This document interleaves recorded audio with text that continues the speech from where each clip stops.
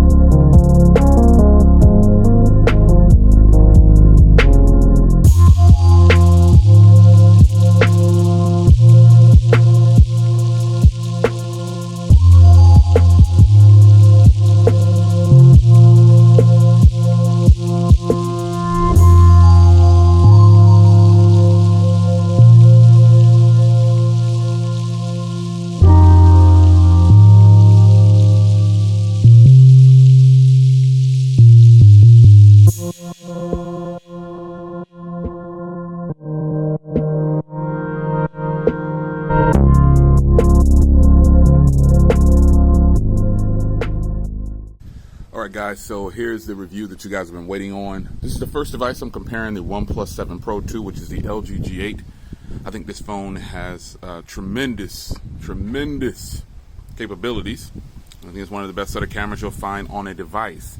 Now today is a good day to record because you'll get the chance to check out how the noise canceling works on both of these phones. It is super windy out here. I mean, beyond, it's just crazy windy out here. And this is a true test because there'll be some times when you're at your daughter's game or something like that, and you're gonna have to record, and it's gonna be windy. Your daughter's gonna ask you, or your son's gonna ask you, "Did you get that, Pops?" And you're gonna be like, it was too windy. My phone wouldn't cancel out the noise good enough. But here it is. Extended look at the rear. Let's take a look at the front. All right, folks. So here they are. OnePlus 7 Pro, LG G8. Take a look at the quality coming from both of these cameras. Again, super windy day out, and a true test of time. I'm gonna go inside because it is really windy out here, folks. Like super windy. Just want to give you a chance to check out the front quality from this phone here. All right, guys. So here's the front camera on the OnePlus 7 Pro and the LG G8. This is artificial lighting. I always give artificial lighting so you can check it out and see how it produces. Yeah, what do you guys think? Look at the little bit, look at the gray in my hair and beard, skin tone, the color of the curtains. Check stuff like that out and see where they are. I mean, looking through the viewfinder, I'm going to go ahead and tell you that the G8 is definitely more accurate. My shirt is not like that faded black that it looks like right there. It's more along the lines of the G8 with the more black showing there, but that's just through the viewfinder. We'll see when we get on the computer. But as you can see, the G8 has a better field of view for recording. It's zoomed out more, so if you're doing like selfie videos and stuff like that, OnePlus gives you less room. The crop is different. So, it's your man Jay. Let's get the rest of this going. All right, guys. So there you have it. So who won this battle? Who won? Well, you did. Whichever one of these phones you purchased and you're happy with, that's the winner. Overall, though, I feel like this is a kind of an easy one. The software obviously is nice on both, and you can scan both. I have both of them kind of scanned, changed it up. But the OnePlus software is obviously really fast. Obviously, because this phone has double the RAM, but the phone itself, the software is optimized great. But LG software is good too. The screen is bigger on the OnePlus 7 Pro, but that doesn't mean that it's better. People are really excited about this 90 hertz refresh rate, and I just don't see it. I don't see the hype behind the 90 hertz refresh rate, and to me, folks, it's just another selling point. You gotta be mindful. I'm not saying that you can't see it. I'm saying when companies do this, it's just another selling point, just to try to get you hyped to buy it. That's really all it is. The 90 hertz refresh rate, I can't, now when it's 100 hertz, 120 refresh hertz rate, I can't even say it. You know what I'm trying to say. On the iPad, and even the Razer phone, you can kind of see it at that point. At this point, 90 to 60, I don't really see the hype behind it. I don't think it's that exciting of a selling point. If I were them, I would be focused on how beautiful this screen is, with no hole coming through the screen. Something like that. No cutout on the top. That's what I would be focusing on with this phone. You get a lot of screen, and it's not really that big of a phone. Like you see it here. It's not that much bigger than the G8. Now, how I feel about both of these phones, I still favor the G8 because I feel like the G8's cameras, to me, are superior. The OnePlus focus on these cameras. Oh, the cameras. The cameras are good, but again, I said it in the initial video. When you start putting phones side by side with other phones that are really good, you can see what that camera can do. And in my opinion, the OnePlus cameras are definitely inferior to the G8's camera. The G8 cameras are really nice. Now, when it comes to software, I like the OnePlus software a little bit better than the G8 software, but I have the G8 software skinned anyway, so, and it's really blazing fast. When it comes to hardware, I personally like the G8 better. The G8 is better in the hand. It's smaller. It feels good. It's 6.1 inches is more than enough screen to enjoy.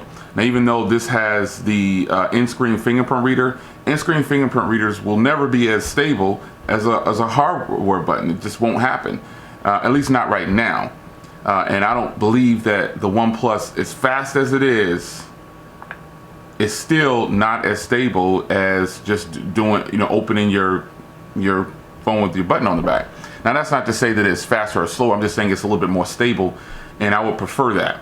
They both have fast facial recognition, like really fast, but since the G8 has an animation on it, it appears that it's slower. But let's give props where props is due. This camera pops up really fast, and the facial recognition is really fast. I actually had to turn it off because every time I would look at the phone, I didn't realize the camera was up and it was open. I was like, whoa, I gotta turn that off. And I just used the fingerprint reader. But overall, man, I mean, the G8 to me is still a better purchase right now because you get an SD card. The IP rating thing is cool and everything. We already know that the OnePlus has an IP rating, and it's just not listed by OnePlus. If wireless charging is a thing for you, then the G8 is definitely the way to go. The build quality on the G8 is really good. It's nice, man. I mean, Battery life, though, is something that's different. The OnePlus definitely has better battery life than the G8. It just does. Because I have the same apps on both phones, and yeah, I'm just getting better battery life. I mean, it does have a bigger battery, but gonna get better battery life in this situation with this great software that's optimized.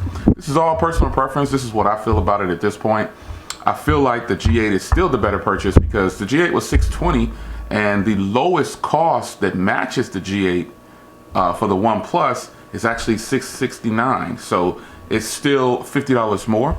But I compared the 12 gig because that's what I have, and even if you compare that, it's still less in price.